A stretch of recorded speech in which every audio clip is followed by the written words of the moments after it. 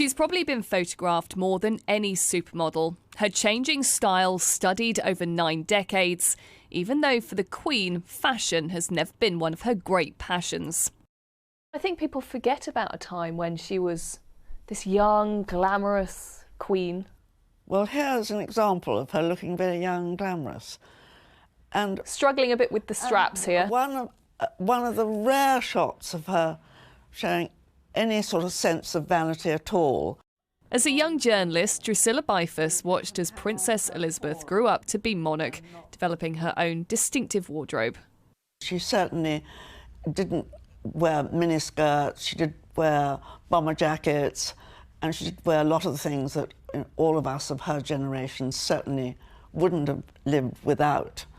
I think she's always managed just to absorb enough of what's in fashion, not to be dowdy. And that's a sort of art, you know.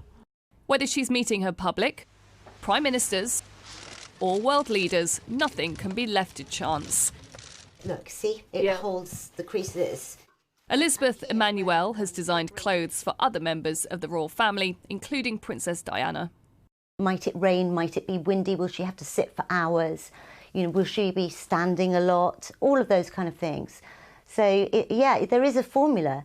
And they do appreciate that they need to stand out, which is why colours are so important, and details. From tiaras to handbags, her trademark shoes and traditional hats, accessorising is an art in itself. The Queen knows how to wear her hats always down on the right. You can be seen, you can be photographed, you can smile. Your face isn't covered too much. Exactly. Vivian Sheriff creates headpieces for some of the younger royals. When we travel, that's what's referred to. Obviously, when they know that we're milliners, we're hatters. Of course, it's the Queen and Kate Middleton. Of course, you know they want to talk about all the members of the royal family wearing hats. But it's very important for the industry that the Queen has continued to wear hats so well. You've got a picture here of her wearing a blouse with a kind of pussy bow tie, which actually at the moment is incredibly fashionable. The Queen doesn't see herself as a fashion icon, even though she has graced the pages of some of the world's most famous magazines, including Vogue. The Queen is iconic for very many things, but not her clothes. I mean, she represents a kind of stability, a kind of integrity, and obviously the monarchy. And those are what makes her iconic. Her clothes are something completely different. I think her clothes are, we're all interested in what she wears. Her clothes are very much to do, though, I feel, with costume. They're not a personal wardrobe.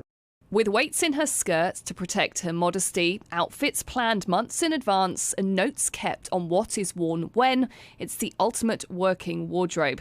With the Queen showing no signs of slowing down, her in-house team of a dozen dressers and designers continue to have their work cut out. Rhiannon Mills, Sky News.